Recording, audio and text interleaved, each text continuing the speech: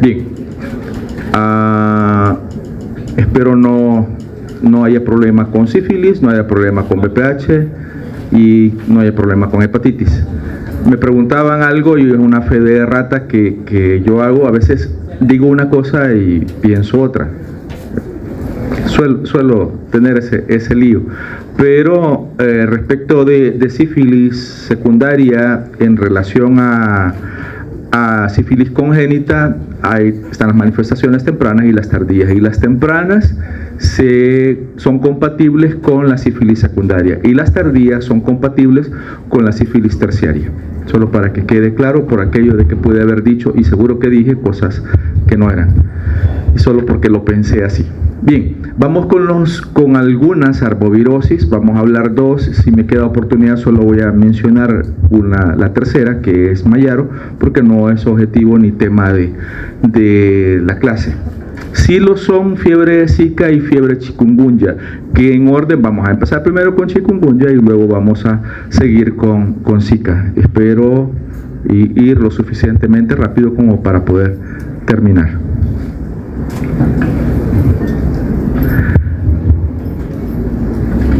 Ahí está. Bien. Algunos aspectos comunes. ¿Por qué llamarles arbovirosis? Bueno, sencillamente porque son enfermedades transmitidas, porque son enfermedades causadas por virus y transmitidas por vectores artrópodos. En este caso son mosquitos en ambas situaciones, y justo para nosotros, para nuestro medio, para El Salvador, es el mismo vector. Y esto me pareció un poco doloroso cuando lo dijeron, porque lo manejan, lo piensan y lo viven exactamente como lo vive la población salvadoreña.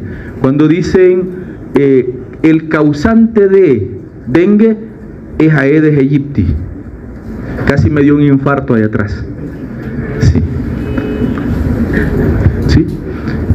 Porque una cosa es quién lo causa y el otro es quién lo transmite, que son dos situaciones diferentes, y cuando menos como estudiantes de medicina ya tienen que saber esa diferencia.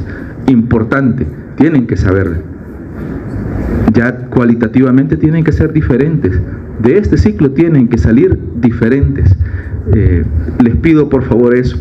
Entonces, son enfermedades infecciosas, virales, por eso son virosis, transmitidas por artrópodos vectores, tienen características sistémicas, como varias de las enfermedades que ya estamos viendo. Si ustedes ven, vamos avanzando, primero digestivas, y luego respiratorias, y luego de piel y tejidos blandos, y luego genitourinario, y ahora estamos con sistémicas, y después vienen nerviosas, y después misceláneas, y terminamos. Entonces, ahora estamos con sistémicas, todas las dos y más, porque las arbovirosis son varias, son muchas, son febriles. Eso sí, las fiebres son de intensidades variables. Para unas son intensas, para otras son menos intensas. Las dos que vamos a ver en este momento tienen manifestaciones agudas, pero en algunos casos tienden a la cronicidad, o en algunos casos tienden a complicaciones o secuelas importantes. Para nosotros esas dos enfermedades se convierten o se han convertido en endémicas, pero las dos tienen la característica, igual que el dengue, igual que fiebre amarilla, de tener algún tipo de comportamiento epidémico, es decir, surgen brotes y después de esos brotes pueden surgir epidemias que pueden ser grandes o focalizadas. Los dos agentes que vamos a ver, el virus Zika y el virus chikungunya, pertenecen a familias diferentes. Zika pertenece a la familia Flaviviridae, donde están el virus de la fiebre amarilla, el virus del dengue y el virus Zika. Es importante que ustedes ubiquen esto, porque con el diagnóstico tiene que ver qué virus de la misma familia pueden estar circulando en nuestro ambiente, en nuestra geografía. Entonces, para el caso de Zika, pertenecen a la familia Flaviviridae, el género Flavivirus, y dos importantes para nosotros son virus dengue y virus Zika. porque son los que están circulando en nuestro ambiente. No así fiebre amarilla aún todavía. En el caso de virus chikungunya, es un miembro de la familia Togaviridae, pertenece a los alfavirus, y otro virus que está circulando en América, pero no en El Salvador, cuando menos no demostrado aún, el virus mayaro. ¿Está bien? Bien, son virus los dos ARN de cadena única de sentido positivo, son envueltos, tienen glucoproteínas de superficie, que son las que sirven como ligandos, y tienen varias proteínas no estructurales. De las proteínas no estructurales vamos a ver algún papel importante que se ha reconocido últimamente en ambos casos. Si logran identificar esto, reconocer esto, prácticamente ubican lo que tiene que ver con la epidemiología de todas las arbovirosis y también con algo de posiblemente prevención y control. ¿Por qué así? Las dos cajas estas representan esta línea en general representa infección en el humano. Las dos cajas representan las manifestaciones o el aparecimiento de las manifestaciones agudas en esos individuos. Casi siempre las manifestaciones agudas se correlacionan con la presencia de viremia. Casi siempre, cuando la hay, la fiebre marca también la presencia de virus en sangre.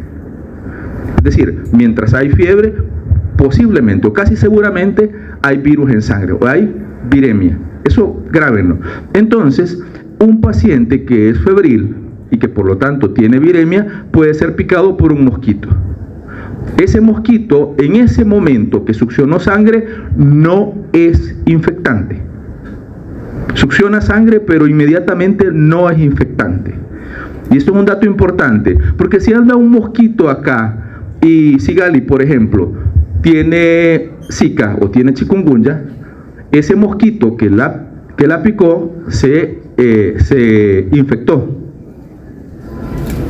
Pero tiene que haber todo un proceso, que ya lo vamos a ver, dentro del mosquito, para que ese mosquito también sea infectante para otro individuo, para otro humano u otro vertebrado. ¿Me está ayudando a entender? ¿Sí? Entonces no es que ya me picó, salió, bueno, la picó a ella, salió, voló y picó, por ejemplo, a Leslie. Y entonces Leslie ahora ya está infectada porque justo el mosquito voló de aquí para acá. No, sigue comiendo. Esa es la cosa de ese mosquito. Se está infectando, pero no está transmitiendo la enfermedad. ¿Por qué? Porque el mosquito, o más bien para que se desarrolle, o más bien para que el mosquito sea infectante, tiene que haber todo un proceso en donde el mosquito pica, en donde esa sangre que lleva ese virus llega al intestino medio del mosquito, invade las células del intestino medio, pasa a la circulación del mosquito y de la circulación llega a todas las estructuras del mosquito. Ese mosquito no sufre esa arbovirosis. Está infectado, pero no sufre esa arbovirosis. Y esa arbovirosis para ese mosquito es una infección de por vida. Hasta el último aplauso, ¿verdad? Ese mosquito, el día 3 de vida, por ejemplo, se infectó. Si tiene una vida media de 30 días, va a pasar hasta el día 30 infectado. Pero no va a morir a raíz de esa infección, porque no causa destrucción de sus células ese virus. ¿Qué sí va a suceder? Que cuando ese virus alcance toda la circulación, va a infectar todas las estructuras del mosquito, inclusive las glándulas salivales. Y cuando alcance las glándulas salivales, entonces ese virus empezará a aparecer en la saliva del mosquito. Cuando vuelva a picar a otro individuo, en la saliva va a inyectar el virus. Y entonces ahora sí, habrá transmitido el virus. Cualquiera que sea de los que vamos a ver y otros. Entonces, a ese periodo de tiempo en donde... ¿Voy a decir algo, Carlos? Iba a hablar de la protección transovárica. Ah, sí, más adelante, pero más adelante, ya casi al final. Importante es que ese periodo de tiempo, desde que el mosquito pica a un paciente con viremia hasta que el mosquito es infectante, se le conoce como periodo de incubación extrínseco, es decir, fuera del hospedero vertebrado. Por eso se le llama extrínseco. ¿Se está entendiendo? Sí. Ahora, ese mosquito que ahora sí es infectante, pica a un nuevo paciente, o a un nuevo individuo, a un nuevo humano. Y este humano, desde que lo pica hasta que desarrolla manifestaciones, sufre un periodo de incubación también. Desde que fue picado, en donde se inoculó el virus, hasta que aparecen las manifestaciones, esto es otro periodo de incubación, pero como es en el humano, es en el vertebrado, entonces a este periodo de incubación se le llama periodo de incubación intrínseco. Intrínseco, humanos o vertebrados; extrínseco, mosquito. ¿Se entiende? Bien, entonces continúo.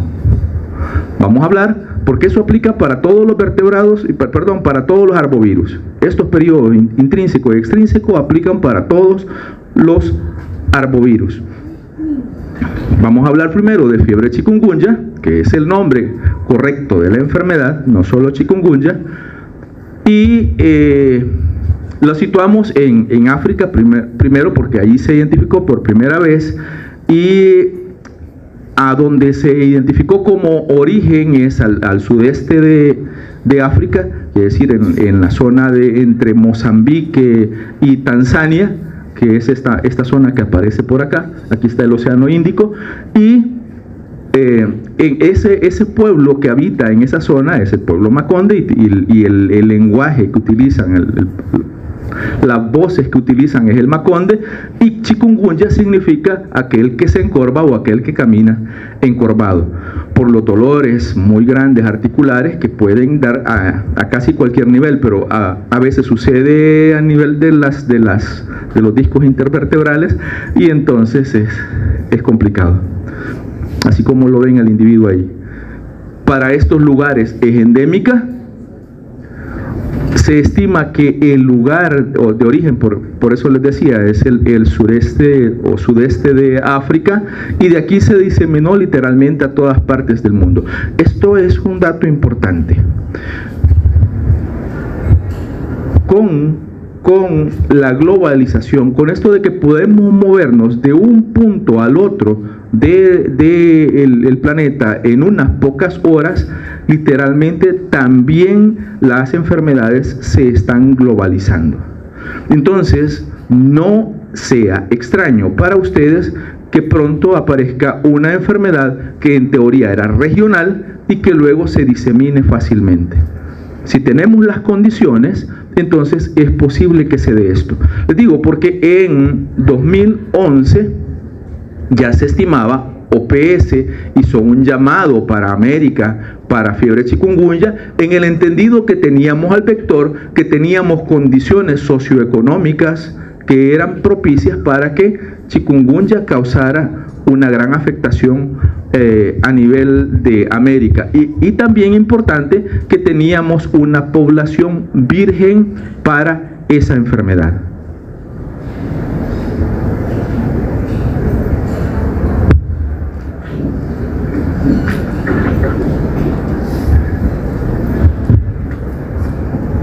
¿Para qué palabras, verdad? Vale. Entonces, virgen para esa enfermedad. Gracias.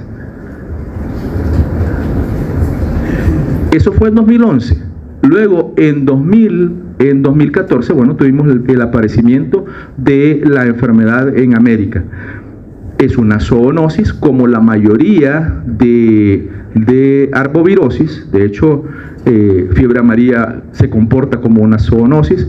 Hay ciclos, ahora hasta se les divide como en ciclos selváticos, urbanos, por eso mismo, porque en algún momento los virus estos pueden perfectamente sobrevivir sin el humano de por medio, sino que puede hacerlo a través de otros animales. Claro, el humano interviene en este ambiente y se da la zoonosis. Este es un tipo de zoonosis, como la miasis. Tenía que decirlo en algún momento de la vida. Bien. Sin embargo, se mueve, Carlos. Entonces, en el caso de chikungunya, se manifiesta en 3 fases: fase aguda, subaguda y crónica, que son las que vamos a ver durante nuestro proceso.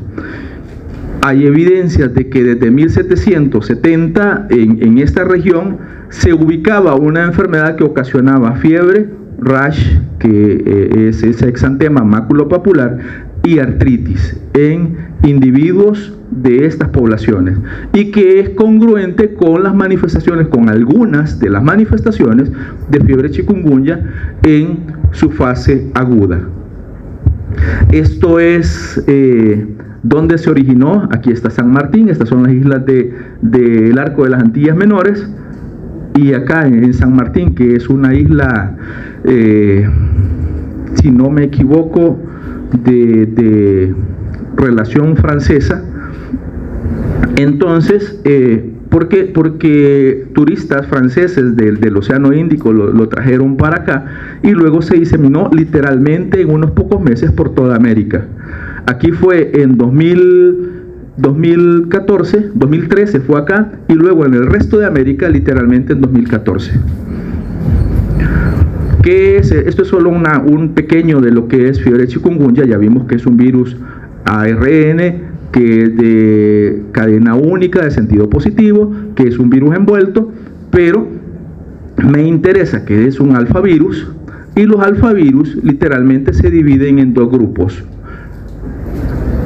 Por geografía, los del Nuevo Mundo y los del Viejo Mundo. Y los del Viejo Mundo, los que afectaban sobre todo África y Asia, aunque incluía Europa, pero principalmente África y Asia, y los del Nuevo Mundo que afectaban América. Ahora este se ha globalizado porque chikungunya es de distribución mundial. También este grupo de virus, que son los del Viejo Mundo, son artritogénicos, es decir, ocasionaban 3 grandes manifestaciones principalmente, que son fiebre, rash y artralgias y artritis. ¿Sí? En cambio, los conocidos del Nuevo Mundo eran encefalíticos, es decir, que afectaban principalmente el sistema nervioso central. Diga. Los del Nuevo Mundo, los del Nuevo Mundo eran encefalíticos, que afectaban o afectan principalmente sistema nervioso central. Y aquí están los virus de la encefalitis equina venezolana, encefalitis equina del este, del oeste, etcétera, que no me interesan para nuestra clase. Luego, esta es la forma con la que se conoce, pero esto es importante. Grábenlo. Son 4 linajes o genotipos conocidos. Inició siendo 1, luego 2, 3 y ahora 4. ¿Por qué? Porque en la medida en que se iban ingresando en poblaciones vírgenes para el virus podía desarrollar algún tipo de mutación, y este tipo de mutación conducía a que se formara un nuevo linaje. Potencialmente pueda que ya exista o esté presente un linaje relacionado con América, que todavía no lo sabemos, aunque había alguna idea por ahí de que podía llamarse Caribe, pero todavía no está en firme eso. Sí hay 4 linajes. El primer linaje, que es el del este, centro y sur de África, que es el original, y luego a partir de él se formó el del oeste de África, el asiático, y el último que se formó fue el del Océano Índico, que afectó y causó una gran epidemia en la región del Océano Índico, ahí por 2004. ¿Por qué está en rojo el asiático? ¿Por qué creen? ¿Cómo? No. ¿Por qué creen que el asiático está en rojo? No. ¿Qué diría la lógica de esto? Es el que ha causado o el que fue introducido en América. y el que provocó las manifestaciones en América. Y luego les voy a decir algunas situaciones por las que se justifica esto. Pero sí, si vamos a mencionar cuál fue el que se introdujo en América, entonces diremos el asiático. Perfecto. Ahora, ¿cuáles son las células que afecta? Afecta muchísimas células y tiene muchísimos hospederos. Muchísimos hospederos. Muchos vertebrados, sobre todo pequeños, pueden servir como reservorios para el virus. Muchas células en un mismo individuo pueden ser infectadas. Y ahí, por ejemplo, arriba, células dendríticas, a la cabeza las células de Langerhans, luego los monocitos y macrófagos, luego células musculares, fibroblastos, células epiteliales, sobre todo células endoteliales, pueden sufrir la infección. ¿Por qué? Porque el virus tiene una gran cantidad de receptores celulares. Esto no lo voy a preguntar, no me interesa, salvo esto que está acá. Y ya les voy a decir por qué. La mayoría de receptores son aquellos que poseen glucosaminoglicanos. Entonces, los que tienen heparansulfato, los receptores de alta afinidad para la laminina, los receptores específicos para células dendríticas, los receptores específicos para leucocitos, los receptores tipo lectinas, tipo C, pero, aunque se me olvida un poco, leyendo un poquito, como les decía, también leo una noche antes, no, fin de semana antes cuando menos. Entonces, dentro de lo que haya para 2024, es conocido que hay un receptor que se conoce como MXRA8, que sería la proteína 8 asociada a ¿cómo se llama esto? Asociada a la R se me olvida, no me acuerdo si es reconstrucción de matriz o por ahí anda la idea. ¿Alguien me ayuda? Búsquenlo, por favor. La R, que se me escapa. Alguien tiene que hacer las cosas mal. Ajá. ¿Qué es? Remodelado. Bueno, andaba cerca de la reconstrucción, pero es remodelado de matriz. Entonces, que está presente en muchas células. ¿Por qué lo traigo a cuenta esto? Entonces, es la proteína 8 asociado al remodelado de matriz. Eso es el nombre. ¿Por qué lo traigo a cuenta? Porque todos estos receptores, o la mayoría de estos receptores, tienen que ver con células inmunes. La mayoría de ellos. Y con mecanismos de defensa que pueden activarse y destruir al virus. ¿No sería lógico pensar que estos mecanismos, que estos receptores puedan servir también para que el virus penetre y cause daño en la célula?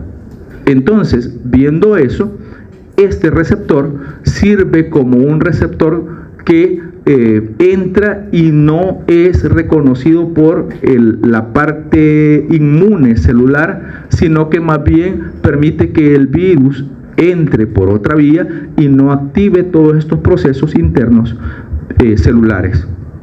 Por lo tanto, literalmente el que se asocia, me refiero al receptor, y por eso sí, sí grábenlo, se asocia más con la patogenia viral, es MXRA8, es decir, el receptor de la proteína 8 asociado al remodelado de matriz. ¿De acuerdo? Por eso sí, grábenlo, por favor. Esto ya lo saben. Entonces, ¿qué puedo decir de esto? Que el periodo de incubación extrínseco, que es en el mosquito, es de aproximadamente 10 días. Y que el periodo de incubación intrínseco, es decir, en el humano, entre 3 y 7 días. ¿De qué depende? De la cantidad de virus que penetren. A mayor cantidad de virus, a más sea picado por mosquitos que están infectados, posiblemente se reduce muchísimo más también el periodo de incubación. Una vez el virus entra, es decir, entra a través de la picadura del mosquito, que es su principal forma de transmisión, el virus se va a multiplicar en células endoteliales, en fibroblastos y en macrófagos regionales en la piel. De aquí va a ser trasladado hacia los ganglios linfáticos regionales, en donde va a sufrir una nueva multiplicación en células dendríticas, y esto va a hacer que surja una gran viremia.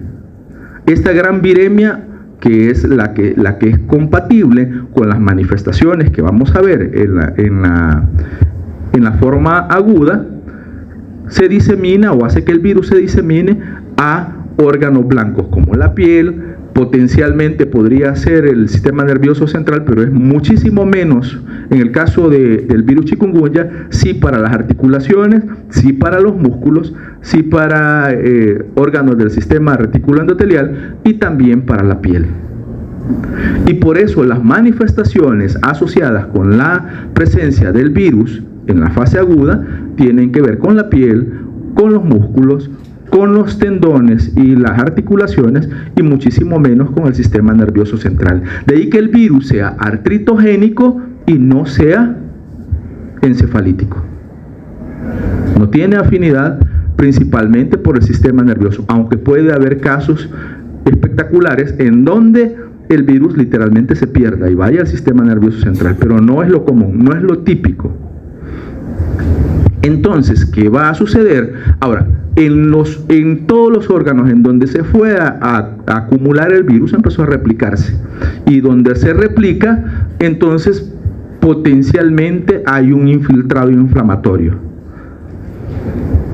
en donde llegan monocitos y macrófagos, células NK y polimorfonucleares. ¿A dónde se alojan principalmente? Bueno, ahí vamos a la piel, a las articulaciones, a los músculos, y es lo que encontramos con las manifestaciones que vamos a tener en la forma aguda.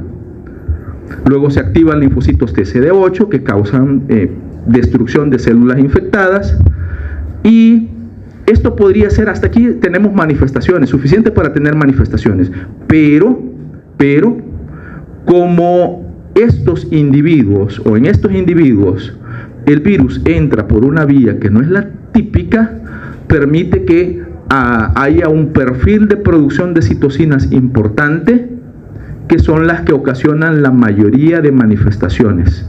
¿Cuáles son esa mayoría de manifestaciones? Por ejemplo, la fiebre asociada con interleuquina 6, la 1, el factor de necrosis tumoral. Todas ellas son pirógenos endógenos. También el interferón beta, alfa y gamma. Otro dato importante, lo cruentas que puedan ser las manifestaciones, en parte tienen que ver con situaciones genéticas particulares, asociadas a algunos HLA específicos, es decir, antígenos de leucocitos humanos específicos. Algunos individuos tienen, por sus HLA, tendencias particulares para poder sufrir una enfermedad más severa que otros. Por ejemplo, aquellos individuos que tienen HLA que se relacionan más o que van a tener tendencia más a sufrir artritis reumatoide fueron precisamente aquellos individuos que sufrieron la enfermedad aguda de forma más cruenta. ¿Sí? Incapacitante por más de 10 días, que era lo típico, y todas esas situaciones que hacían que fuera complicado. Tan es así que en estos individuos, aunque no está totalmente dilucidado, pero sí existe el potencial de desencadenar respuestas autoinmunes, o mejor dicho, enfermedades autoinmunes.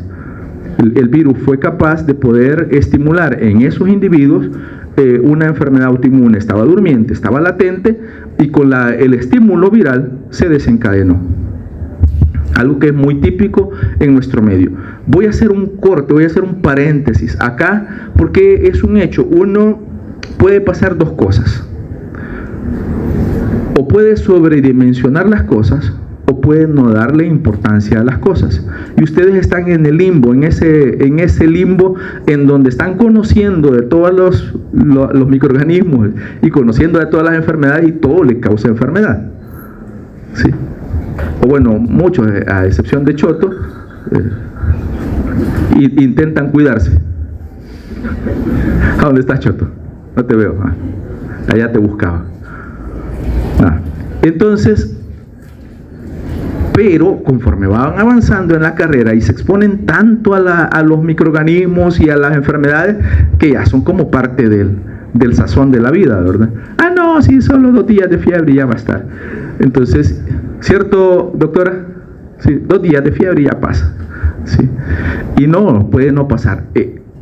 Estas enfermedades, por eso quiero llegar hasta acá, estas enfermedades que son emergentes nos han enseñado que 1 más 1 no siempre es 2, que el comportamiento de las enfermedades en una población virgen para esa enfermedad puede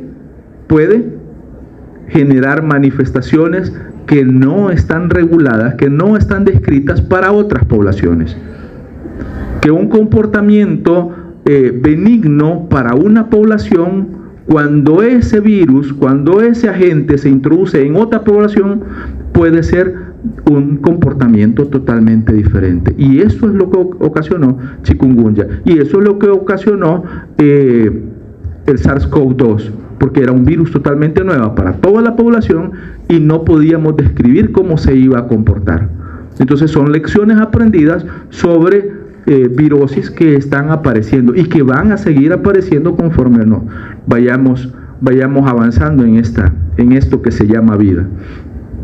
Ahora, hay una enfermedad aguda y una enfermedad crónica, y la enfermedad crónica no se parece a la aguda. Y la primera descripción de por qué no se parece, o más bien justificación de por qué no se parecen, es porque en la forma aguda está la presencia sistémica o diseminada del virus. Hay viremia. En la enfermedad crónica no la hay. Quiero decirles algo por si se van por esas razones. Sí, no, quiero decirlo. Yo soy muy celoso de mi materia. Y si ustedes están haciendo trabajos para otra materia, yo les invito a que puedan salir, no tengo problema. Le puedo decir al doctor de que no pasemos lista con esto, y si me quedo con uno, como dijo Moisés, y por uno que sea, no lo dijo, pero si le hubiera dicho, no hubieran destruido Sodoma y Gomorra. Pero, ¿cómo? Pues no, sí, tenés razón, y por eso, pues por eso destruyeron, porque pensé que era otro. Bueno, cuando menos para eso lees la Biblia, para llevarme la contraria. No, pero tenés razón, fue Abraham. Vaya, leen la Biblia. Ya voy a caer de rodillas en esta tierra. No, qué bien. Entonces sí, fue Abraham. Pero no es el punto ese. El punto es que si me voy a quedar con uno me quedo, no hay problema. O sea, yo como perico voy a recitar lo que quiero decir, y aunque sea con uno que me quede o con 2 que quieran escuchar. Pero ¿de qué me sirve estar con todos? Bueno, si no van a prestar atención. No me voy a frustrar porque no me presten atención. Tampoco me voy a morir, ni tirar del 5º piso. Pero me gustaría que lo hicieran. Como sea, los que nos paramos aquí, hacemos un tipo de esfuerzo para que ustedes, para enseñarles. Eso sí, yo todos los días me digo cómo enseñar a quien no quiere aprender. ¿Sí? Porque dejémonos de paja, la mayoría lo que quiere es pasar, tener el título, y obviar la parte en donde hay que pasar horas nalga ahí, y mucho menos prestando atención y con una voz cansina. Eso no me es extraño, pero hay que aprender a postergar las gratificaciones, muchachos. Y eso significa postergar aquello que nos da beneficio temporal por obtener un beneficio mayor después. Tengo hambre, puedo aguantarme media hora, bueno, me la aguanto y estudio un poquito más. Tengo sueño, puedo aguantarme un poquito más, leo un par de temas más y luego me duermo. ¿Sí? O bueno, llegará diciembre y voy a dormir. Pero ¿y qué tal si se la pasa durmiendo todo el ciclo? Entonces después el siguiente ciclo, como va a descansar, también va a dormir. Hay que forzarse. Hay que aprender para eso. Solo rebalsó la molestia por eso, porque pasa. Y digo porque me trajo a cuenta de que cuando ando por donde ustedes, no soy ciego, veo que están la mayoría chateando con su WhatsApp o con cualquier cosa. O sea, sí, no soy ciego, sí lo veo. O que están jugando videojuegos y yo digo, bueno, a esta altura de la vida ya no tendrían que hacerlo. No tendrían, no digo que no lo hagan, es cosa de ustedes.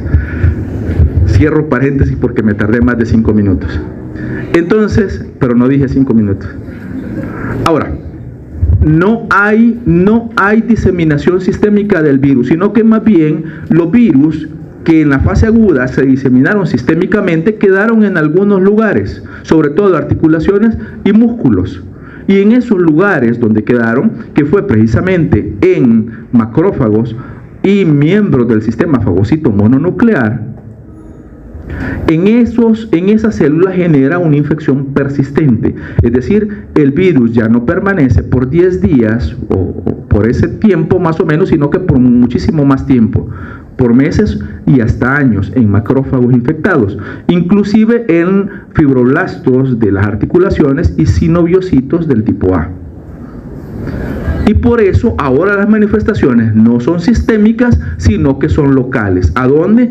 En articulaciones en donde haya macrófagos y fibroblastos infectados, ahí van a haber manifestaciones. Por lo tanto, insisto, son locales y se deben gracias a dos cosas las manifestaciones: a la replicación del virus en la célula y a los fenómenos autoinmunitarios relacionados con la respuesta inmune contra ese virus.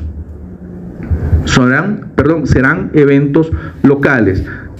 Ya dije, en macrófagos principalmente y en fibroblastos. Por lo tanto, obvio lo que queda aquí. Esto solo es un resumen, nada más.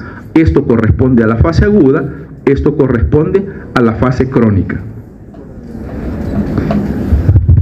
Ahora vamos con la enfermedad. La mayoría de casos, a diferencia de muchas enfermedades que nosotros vemos, son sintomáticos, sobre todo en adultos. Si dice acá, dependiendo de las poblaciones, entre el 3 y el 28% son asintomáticos. Esto es la inversión de los papeles en relación a muchas enfermedades, incluyendo a Zika, de la que vamos a ver un poco más adelante. En más del 50% de adultos la enfermedad es severa. Aquí sí hay una importancia en relación a qué edad o en qué edad nos infectamos. Por ejemplo, menores de 15 años, lo usual, lo típico es que aunque sufran la enfermedad, no es severa. 2, 3 días y el niño se recuperaba perfectamente. Un adulto, 10 días y todavía no se había recuperado. ¿Sí? Es lo típico. Entonces, por eso se menciona esto. En la enfermedad hay una fase aguda en donde hay viremia, en donde es sistémica, esto es lo que ya les dije, y la subaguda y la crónica en donde no es sistémica, ya no hay viremia, sino que son fenómenos locales y las manifestaciones por la persistencia y por el proceso inflamatorio local.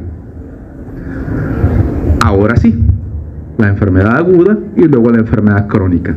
La enfermedad aguda se caracteriza por fiebre, que usualmente es alta, que puede ser constante o intermitente. Artralgias, es decir, dolores articulares, usualmente, o lo más típico es que sean las pequeñas articulaciones, pero perfectamente pueden ser grandes articulaciones también.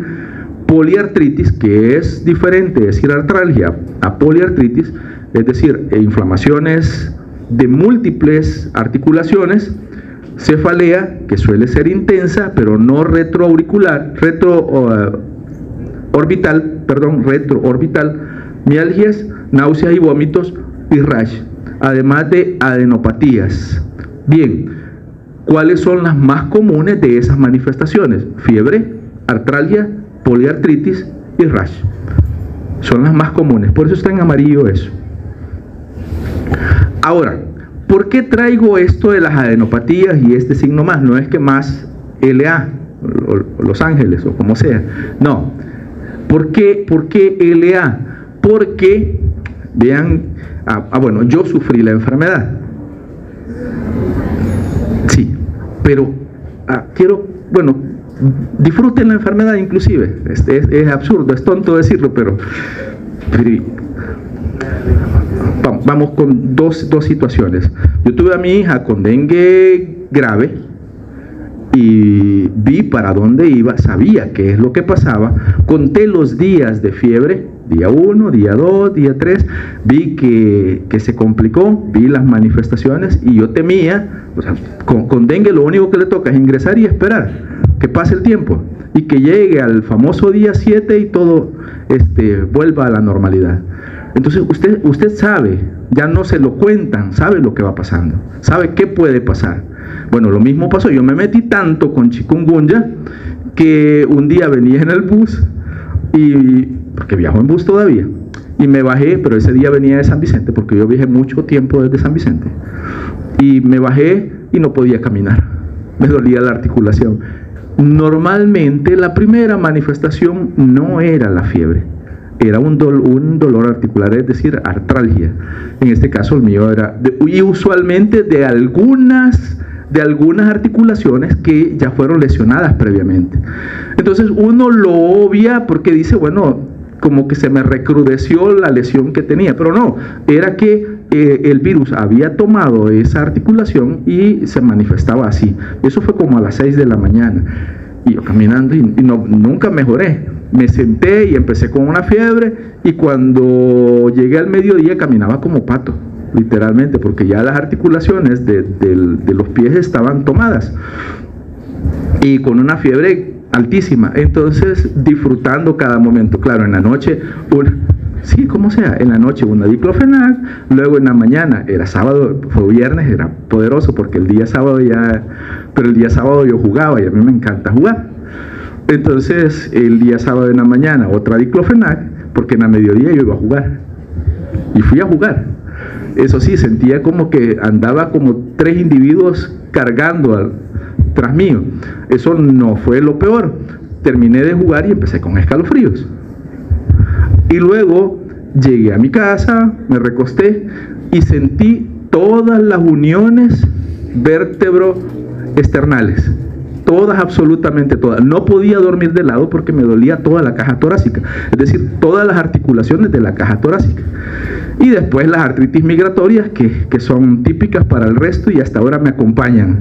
Me puedo decir que después de 11 años no conozco las artritis migratorias porque me quedaron permanentes. Entonces, ¿qué quiero decir con esto? Que ustedes reconocen todo lo que va pasando y van describiendo los eventos y qué es lo que va sucediendo. Pero esto tienen que meterse en esos pies, vivirlo, tienen que gustarles un poco. O sea, lo que hacen tiene que gustarles. ¿Se entiende? Porque si no, este es un sufrimiento que no vale la pena. Bien.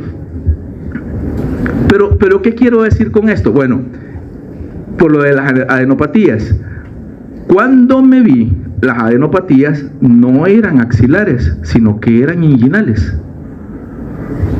Me puse a leer, a ver artículos científicos, y justo los virus o los linajes que tienen relación con África generaban adenopatías axilares. El asiático se relacionaba con adenopatías inguinales. Entonces, claro, antes de que apareciera ya la descripción y que el linaje asiático era el que nos había afectado, puedo decir, modestia aparte, ya sabía que era el asiático. ¿Sí? Claro, no lo escribí. Igual no me hubieran creído. Sí, porque significa una percepción, una idea de lo que uno cree que puede estar pasando con base a algún tipo de situaciones, y que alguien lo acompañe. Y ustedes como médicos van a tener que encontrarse y leer mucho. ¿Por qué leer mucho? Porque nos sorprendió esta situación de chikungunya. ¿Por qué nos sorprendió? Porque encontramos con que muchos médicos no sabían cómo responder ante él, que no creían que podía ser tan incapacitante, que no se ponían en los pies del paciente y veían de que el paciente no podía ni siquiera moverse, que prefería ir al baño haciéndose en la cama que poder levantarse y moverse, que muchos ancianitos morían porque tenían alguna enfermedad de base y que los adultos que lo acompañaban no sabían que tenía chikungunya. Entonces todas esas situaciones son las que nos obligan a ustedes y a mí a actualizarnos en lo que leemos, en lo que tenemos. Es la carrera que elegimos. Entonces la enfermedad aguda usualmente, la fiebre dura una semana, lo que les decía, puede ser continua o intermitente, pero siempre será alta, es decir, arriba de los 39, acompañada de artritis y artralgias. Y estas artritis o artralgias van a ser principalmente en las pequeñas articulaciones.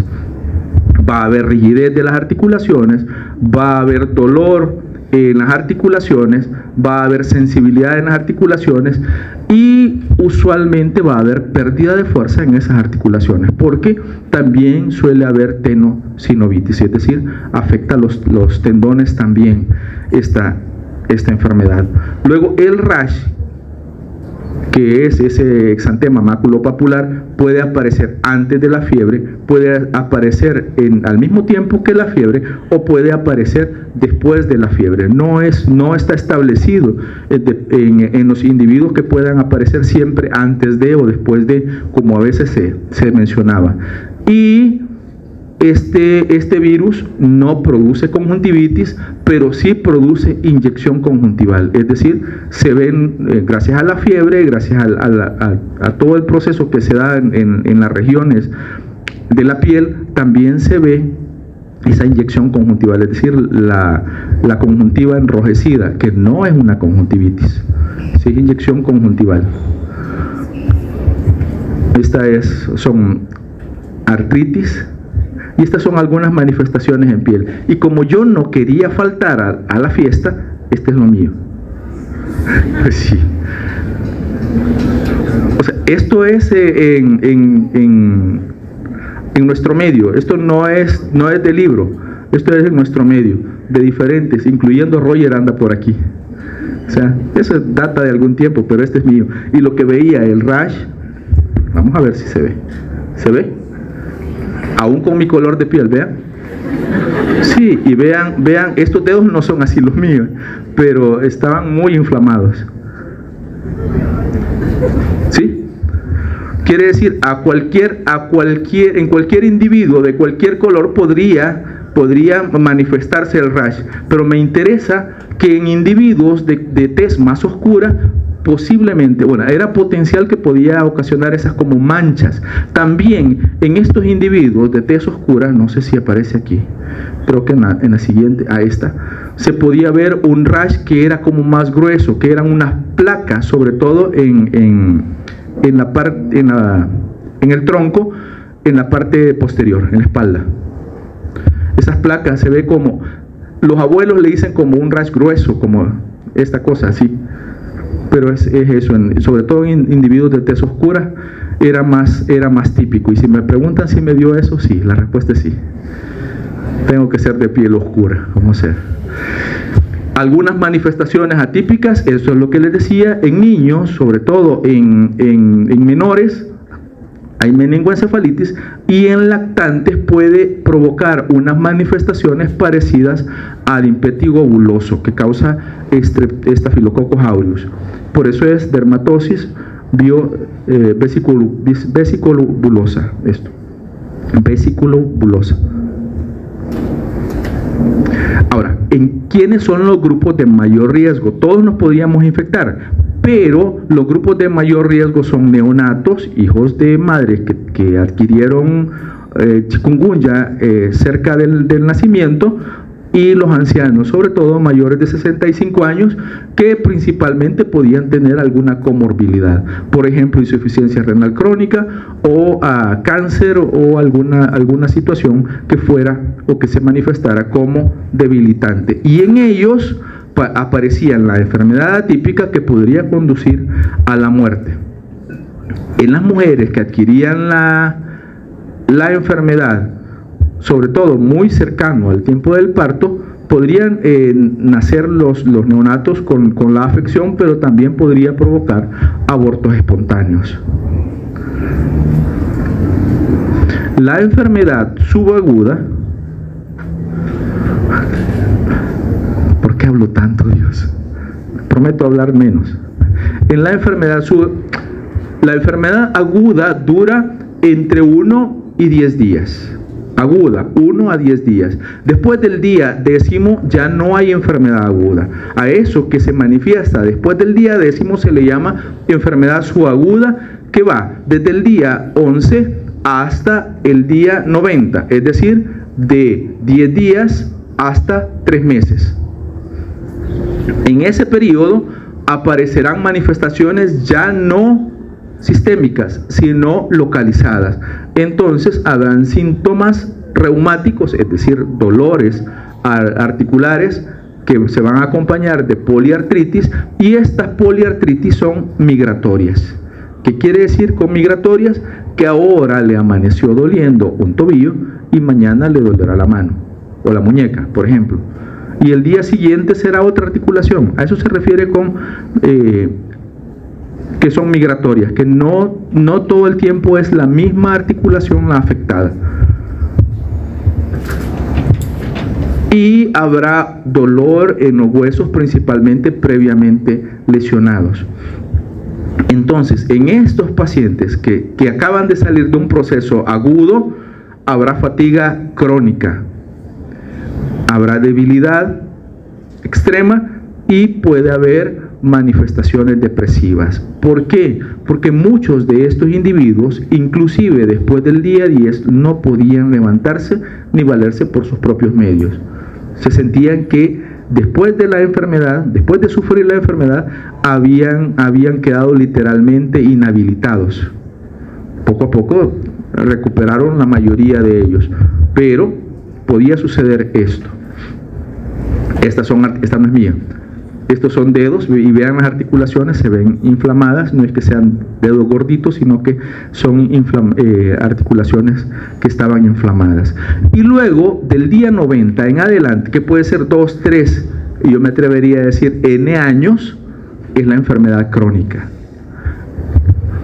Y en esa enfermedad crónica, estos son datos del Océano Índico, y hay documentos que lo avalan. Pero de todo esto lo que me interesa es que la mayoría, sobre todo de adultos, todavía después de los 3 meses, es decir, después de haber pasado la enfermedad subaguda, todavía tenían manifestaciones. La mayoría de estos individuos. Y que después de 18 meses, es decir, 1 año y medio después de haber sufrido la enfermedad aguda, aún había individuos, una población importante, que todavía tenía manifestaciones. En estos individuos podía darse artralgia inflamatoria y artropatías destructivas, en donde se activaban osteoclastos y causaban daño en las articulaciones, destrucción de articulaciones. Igual, neoformaciones óseas también podían surgir a raíz de la activación de los osteoclastos. También fatiga crónica y también depresión, por lo mismo que había mencionado antes. Entonces, resumo: la enfermedad aguda, viremia, fiebre, rash, 1 a 10 días. Después de 10 días ya no es enfermedad aguda, ya es localizada, y si es entre 10 y 90 días, subaguda, usualmente manifestaciones localizadas. Si es después de los 90 días, será enfermedad crónica, también manifestaciones localizadas. ¿Claro? Bien, entonces esto es una línea de tiempo en relación a esto, y aquí está la fuente si ustedes quieren ver. Antes de aquí es inyectado el virus, luego viene la presencia de viremia. La viremia alcanza su pico principalmente cuando van a iniciar las manifestaciones, es decir, aparece abruptamente la fiebre y justo coincide con la mayor viremia. Esto pasará más o menos 10 días, acá, 10 días, y la viremia decrece hasta llegar a 0. Me volvió a dar chikungunya, dijo, no es posible. La viremia descendió. Sí puede haber dolores articulares, sí puede haber aumento de la temperatura local, que son las manifestaciones de la inflamación, pero no sistémica. Esto concuerda con la tormenta de citocinas, a eso se refiere esto. Y vean, fiebre, mialgia, poliartritis y rash, las manifestaciones que había señalado. Casi después de los 10 días, bueno, realmente esto sucede antes, puede suceder antes, aparecen los anticuerpos contra IgM y anticuerpos IgG. Los IgG permanecerán por toda la vida y ayudan, porque el virus es un solo serotipo, a pesar de que haya varios genotipos, es un solo serotipo, y por lo tanto los anticuerpos son protectores. Nos ayudan a que una vez sufrimos la enfermedad no podamos sufrirla nuevamente, sino hasta que el virus mute. Entonces, que Dios nos socorra otra vez. Luego aparecen, o sí pueden aparecer, la forma subaguda, que aquí dice resolución, pero sería o coincide con la forma subaguda, y la crónica, en donde los fenómenos ya son locales. Artritis, artralgia, tenosinovitis, tendinitis y pérdida de fuerza en alguna de las articulaciones. ¿Se entiende? Ok. Entonces, ¿quiénes son reservorios? Los vertebrados. El humano participa accidentalmente, por lo tanto puede convertirse en reservorio, pero principalmente, sobre todo durante los periodos interepidémicos, es decir, entre epidemia y epidemia, que puede ser un periodo de 4 hasta 30 años, pueden ser los primates, los roedores o las aves quienes alberguen al virus y mantenerse en ellos por mucho tiempo, hasta que haya una población de humanos suficientemente grande como para poder desarrollar nuevamente epidemias. ¿Quién disemina la enfermedad? Contrario a lo que nosotros creemos, no es el mosquito, porque el mosquito tiene un rango de vuelo de más o menos 100 metros. Vientos a favor pueden ser 200 metros. Pero un rango de vuelo más o menos de 100 metros. Pero el humano se puede mover en horas alrededor del mundo. Por lo tanto, quien disemina la enfermedad es el humano. La tasa de ataque, es decir, de todos los que nos infectamos, ¿cuánto sufrimos la enfermedad? Más o menos anda entre el 38 y 63%. Y lo que les decía, produce inmunidad prolongada. Esto es un hecho, un fenómeno interesante. Vean, esto es dengue, lo de azul, pero 2013, chikungunya, a finales de 2013, luego 2014, y luego ha decrecido con el tiempo. Pero el dengue se mantiene con nosotros porque son varios genotipos, porque tiene una cantidad de genotipos importante que también nos pueden permitir infectarnos con más de uno o que sustituya un genotipo al otro, que eso lo dirá el doctor Ortega y no yo. Y luego los casos de Zika 2015 y 2016 en donde alcanzaron su pico. Para el diagnóstico, primero, el leucograma. Y en el leucograma, el hemograma. En el hemograma, el leucograma principalmente. Y en el leucograma tendremos leucopenia, es decir, tendremos leucocitos abajo de 5.000 por milímetro cúbico. Muchas, contrario a lo que pensamos, que las enfermedades virales van a disparar la cantidad de leucocitos, lo que sucede es que hay enfermedades virales, sobre todo sistémicas, y algunas bacterianas también sistémicas, que primero ocasionan una depresión en la cantidad de leucocitos y después aumentan cuando está finalizando el proceso. Pero en la fase aguda casi siempre hay una depresión en la cantidad de leucocitos que se encuentran. Por eso van a cursar como leucopenia. No voy a hablar de otras, sino que me quedo con el caso de chikungunya, en donde habrá leucopenia, una leucopenia importante. Luego, para el diagnóstico definitivo, ustedes presumen que es una virosis con el leucograma, con la leucopenia que encuentran, pero el diagnóstico definitivo lo harán buscando el aislamiento del virus a través de cultivo celular, que no es lo que se hace en nuestro medio, pero sí puede hacerse RT-PCR, es decir, una PCR para un virus ARN. ¿La serología puede ayudar al diagnóstico? Sí, pero no es o no permite un diagnóstico definitivo. ¿Qué se puede utilizar? Las pruebas serológicas, la más utilizada es la prueba de ELISA, y dentro de la prueba de ELISA, ¿qué se busca? Se puede buscar anticuerpos IgM o anticuerpos IgG, dependiendo de el tiempo, y eso lo vamos a ver un poquito más adelante. Ahora, importante es que esta prueba, que es una prueba serológica, es una prueba así muy específica que no se hace en el país y que se puede enviar para practicarse fuera, que se llama prueba de neutralización en placa. Se busca IgG específica para, en este caso, chikungunya. ¿Por qué se utiliza esta prueba? ¿Por qué sirve esta prueba y no ELISA? Porque cuando... a esto presten atención porque sí es pregunta potencial de examen. Una serología no define exactamente que pueda tratarse de un virus cuando dos miembros del mismo género de virus estén circulando en una misma región. Por eso les traje a cuenta a qué géneros pertenecían los virus cuando hablamos al inicio. Por ejemplo, Zika con dengue.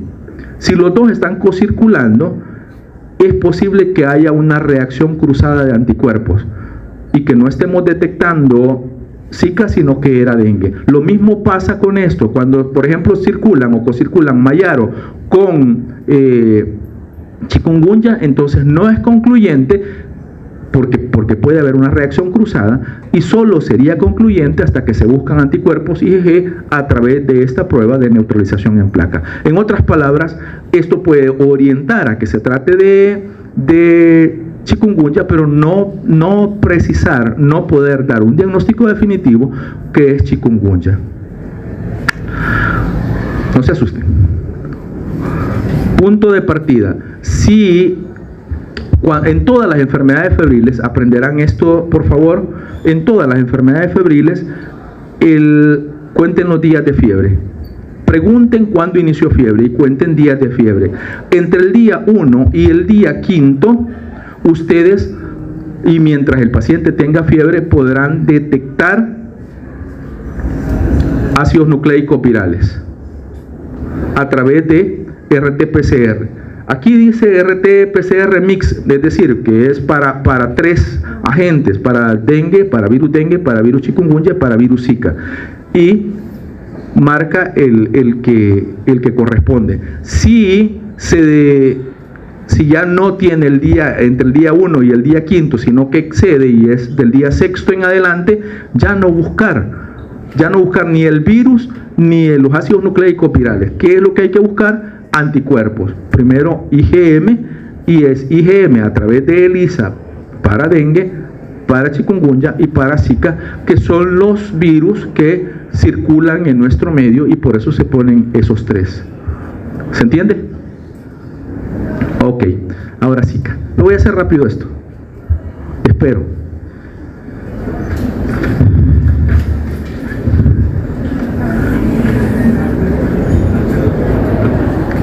Voy a decir una cosa: si vuelve a salir alguien más, doy por vista la clase. No suelo ser así, pero tampoco voy a prestarme para que sigan haciendo eso. O sea, ustedes pueden tener psicología, pueden tener comunitaria, lo que quieran, pero comunitaria tiene sus tiempos y transmisibles tiene sus tiempos. Y si ustedes no respetan eso, yo lo voy a hacer respetar. ¿De acuerdo? No me van a ver molesto, pero me van a ver enojado. Así que por favor, si alguien quiere salir, solo diga me voy al baño, porque voy a entender eso, pero si no, ahí suspendo la clase y la doy por vista. Bien.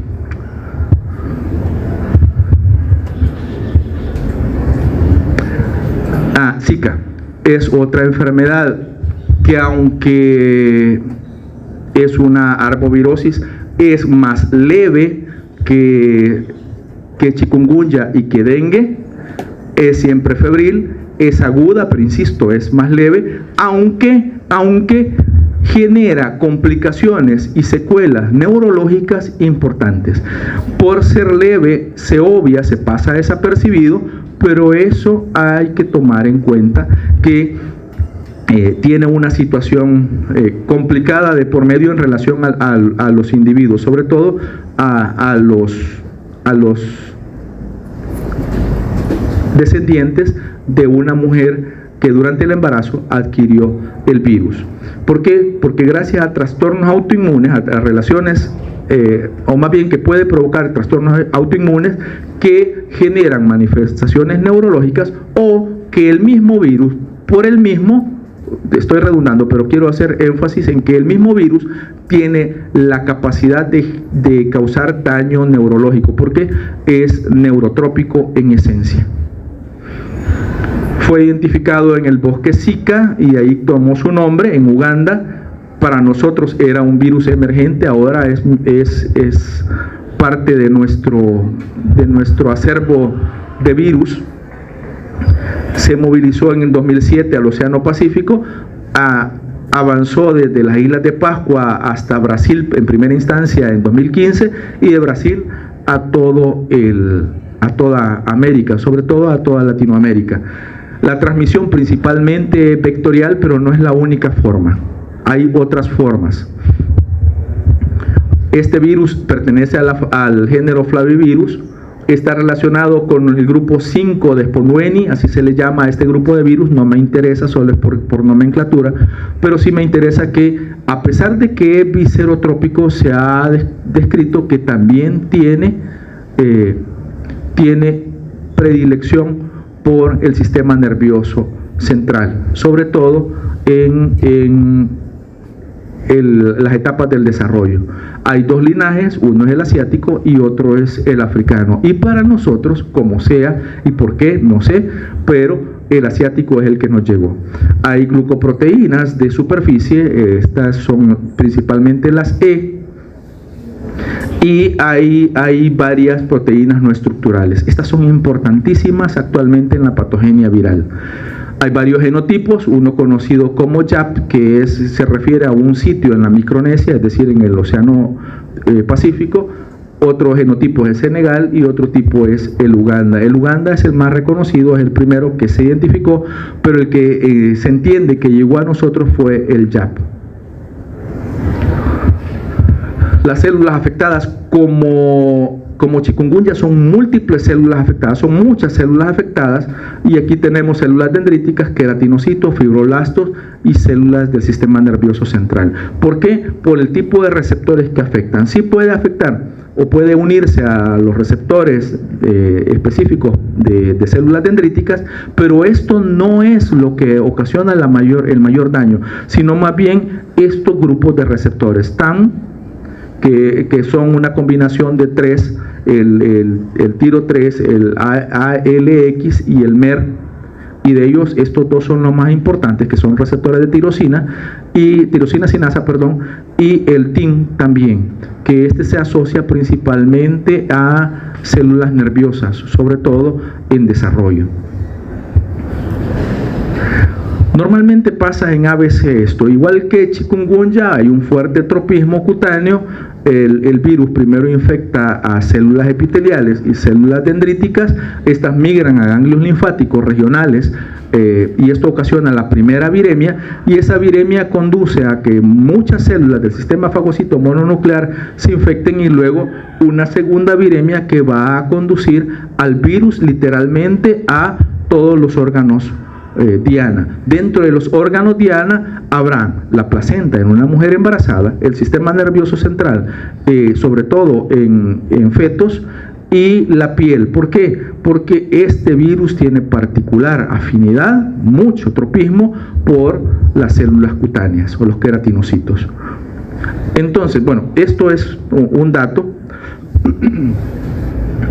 Normalmente este virus antes se creía inocuo completamente, y esto principalmente pasa en las células nerviosas, pasa en todas las células, pero principalmente en células nerviosas, en donde se da una manipulación de la respuesta intrínseca, es decir, manipulación de la forma de responder y de protegerse de cada célula. Porque, por ejemplo, los fenómenos de apoptosis, de autofagia y los ARN de interferencia son propios de cada célula, y lo que hace el virus es apoderarse y manipular la respuesta dentro de cada célula, principalmente de células nerviosas. Por ejemplo, induce apoptosis gracias a la presencia muy cercana o acumulación muy cercana de NSP4B de las mitocondrias, lo que ocasiona una permeabilidad inadecuada de las mitocondrias.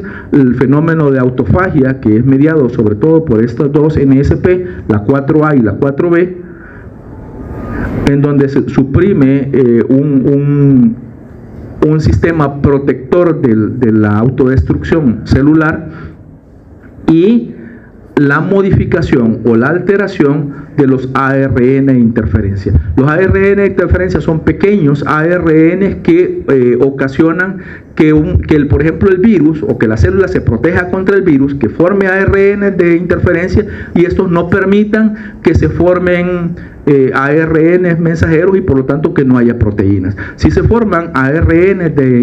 se forman ARN de interferencia, son manipulados, se inhibe esta interferencia, el virus se replica muy fácilmente. Entonces estos tres procesos son afectados y eso ocasiona la destrucción de tejidos, y por eso en fetos que están infectados, sobre todo a nivel del sistema nervioso central, ocasiona esa falta del desarrollo, esa falta de crecimiento de estas células, de multiplicación de estas células en su etapa inmadura, y por lo tanto la masa encefálica de estas personas suele ser de menor tamaño en relación a una persona normal, y ahí proviene la microcefalia. También puede afectar a través de muchas, no una, sino varias NSP, es decir, proteínas no estructurales, la producción de interferón gamma, que sería el interferón beta, que sería el interferón que se encarga de bloquear la actividad viral, que se comporta como antiviral. ¿Se entiende? Muy bien. ¿Cuál es el periodo de incubación extrínseco? ¿En quién se da esto?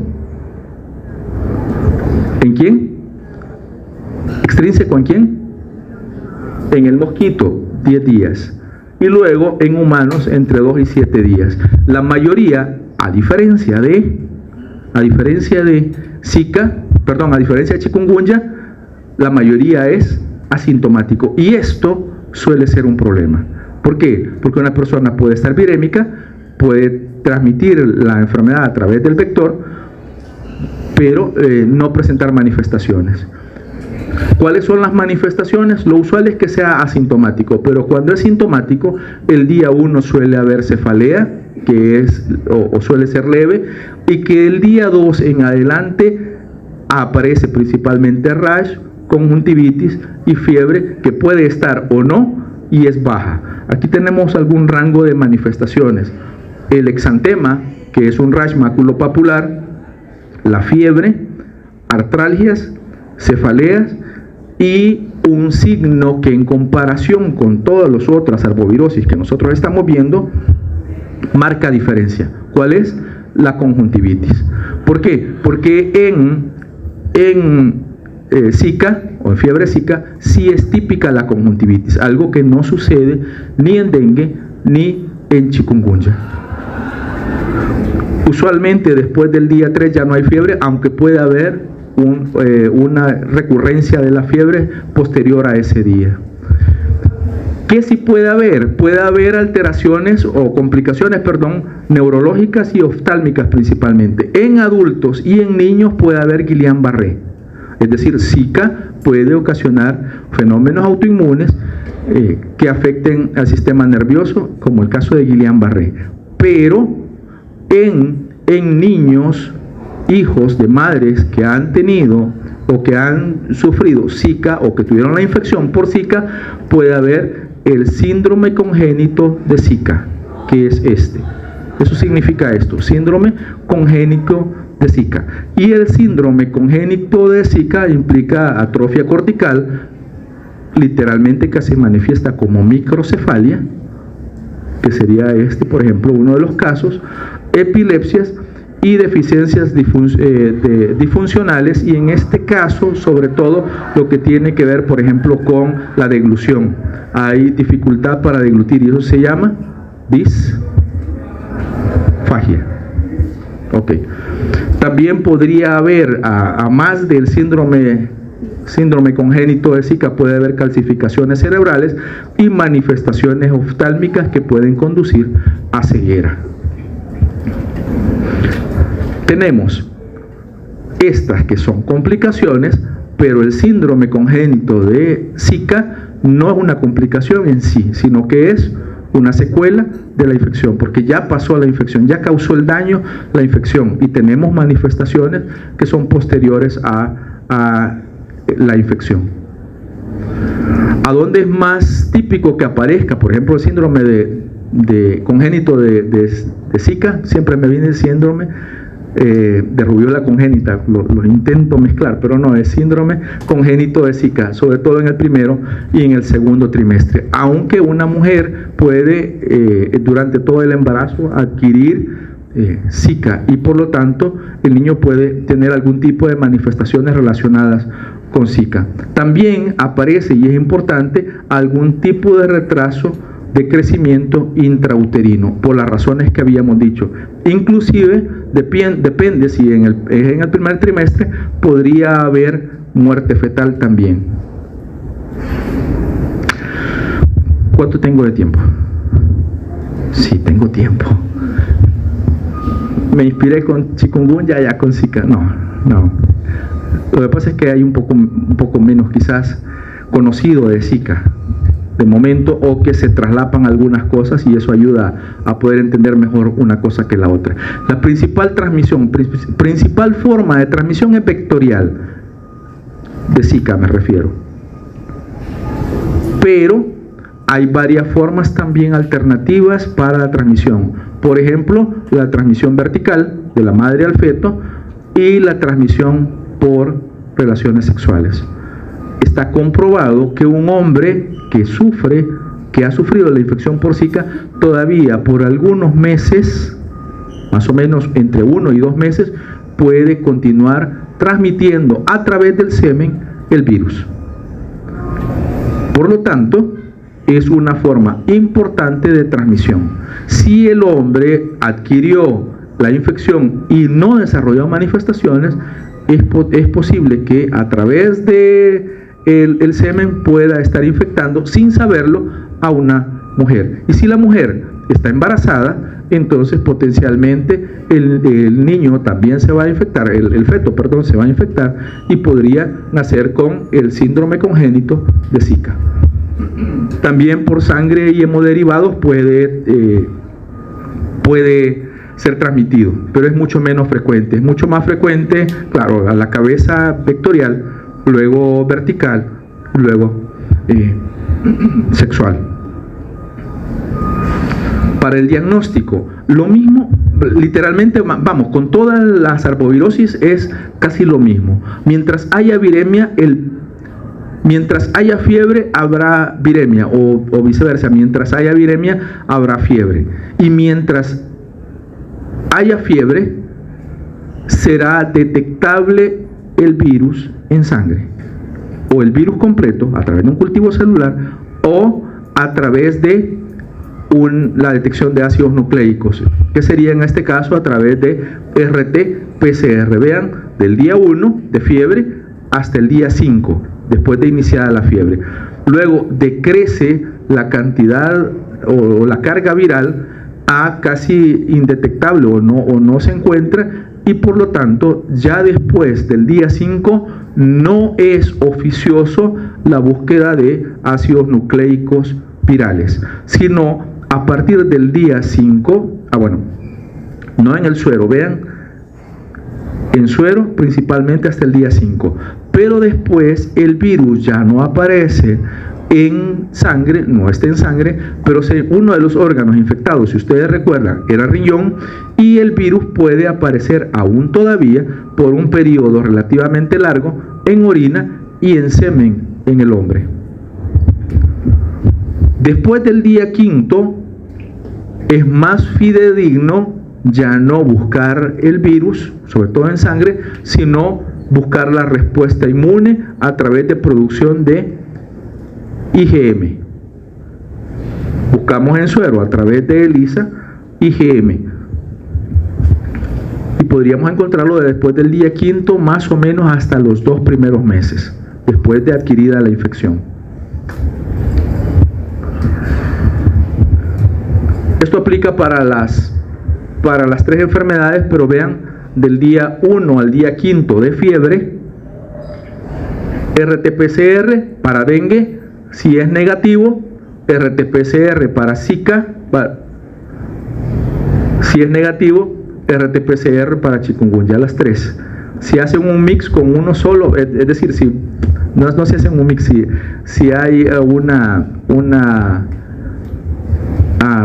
PCR multiplex, que es para búsqueda de varios agentes o varios genes, entonces en un solo paso se haría la búsqueda esta. Del día 1 al día 5, buscar el virus o ácidos nucleicos. Con eso me quedo de esto.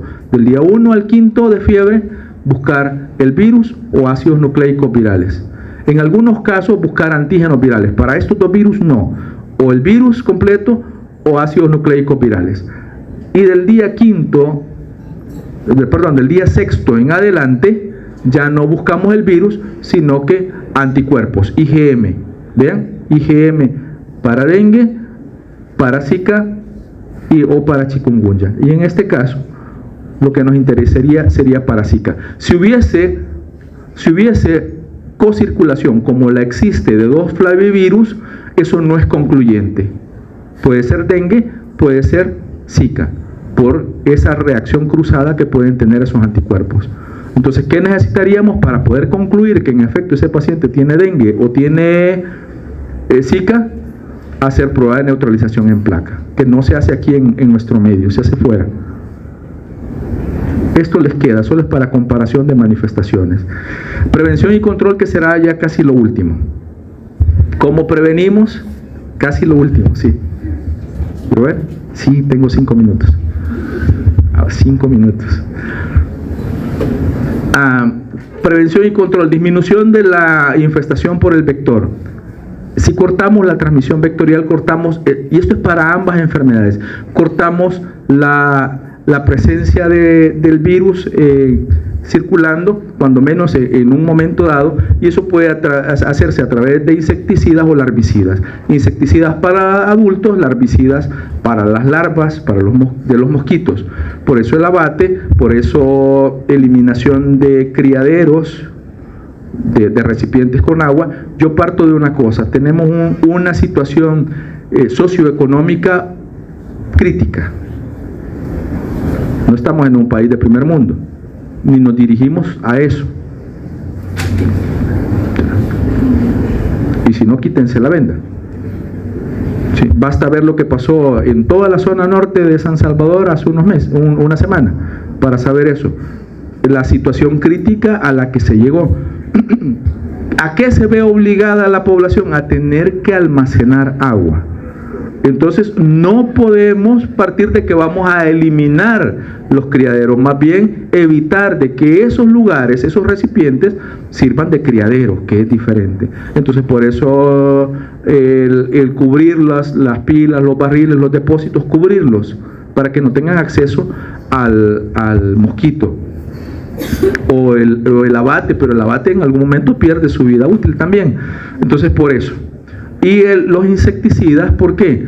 Porque si un mosquito pica a un individuo, ese mosquito empieza su periodo de incubación, pero puede que el mosquito ya haya completado su periodo de incubación y ya sea infectante. Entonces, si usted mata claro, el insecticida solo sirve para los mosquitos que andan volando, y si los del día siguiente eclosionaron y salieron nuevos, eso ya no los mata, pero los que mató y estaban infectados ayudan a cortar la cadena de transmisión. Y estos mosquitos nuevos podrían venir infectados, porque lo que el doctor Ortega decía es que la principal forma de cómo un mosquito se infecta es succionando sangre de una persona infectada, pero hay mosquitos que pueden infectarse vía transovárica, es decir, que la mamá mosquito está infectada y que a través de los huevos pueda pasar el virus. Claro, como se infectó toda la hembra, toda la economía de la hembra, entonces traslada esos virus a los huevos y los mosquitos hijos nacen infectados. Eso es posible, pero no es tan eficiente, no es tan rico, no es tan importante epidemiológicamente hablando como si lo es la picadura. Un mosquito principalmente se infecta vía picadura de una persona infectada. Por eso los mosquiteros y las mallas protectoras. ¿Por qué? Porque una persona que tiene Zika, que tiene chikungunya o que tiene dengue, mientras tenga fiebre tiene que estar dentro de una malla, un mosquitero. ¿Por qué? Porque si lo pica otro le va a dar más grave. No, porque esa persona está virémica y puede infectar a más mosquitos. Si usted corta la cadena de transmisión, también disminuye la posibilidad de que otros individuos, me refiero a humanos, se infecten. ¿Cómo lo hace? Evitando que el mosquito se infecte. ¿Cómo lo logra? Poniendo en un mosquitero a alguien que tiene viremia. Eso es una medida no de prevención, sino de control. ¿Se entiende? Y bueno, esto ya lo dije. Termino con esto. Aedes aegypti, vean cómo se escribe, por favor. Es el principal vector de dengue, de Zika y chikungunya. En nuestro medio existe también Aedes albopictus, que sí es vector, pero es mucho menos importante. Este es Aedes aegypti, para aquellos que nos gusta ver detalles, tiene una especie de lira. Lira es un instrumento de cuerda dibujada en el tórax. En cambio, Aedes albopictus tiene una línea blanca que cruza desde la cabeza hasta el tórax. Entonces, este es Aedes albopictus, este es Aedes aegypti.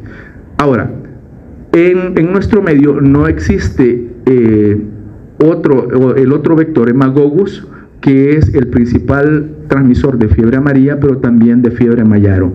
En la medida en que venga y esté con nosotros, mayaro, fiebre mayaro, que está así en Trinidad y Tobago, por ejemplo, y en las Antillas, en la medida en que este vector pueda circular en nuestro medio, también puede traer estas dos enfermedades, y por eso su potencial, ese potencial importante. Bueno, muchachos, les agradezco mucho, gracias por su paciencia, perdonen el exabrupto, pero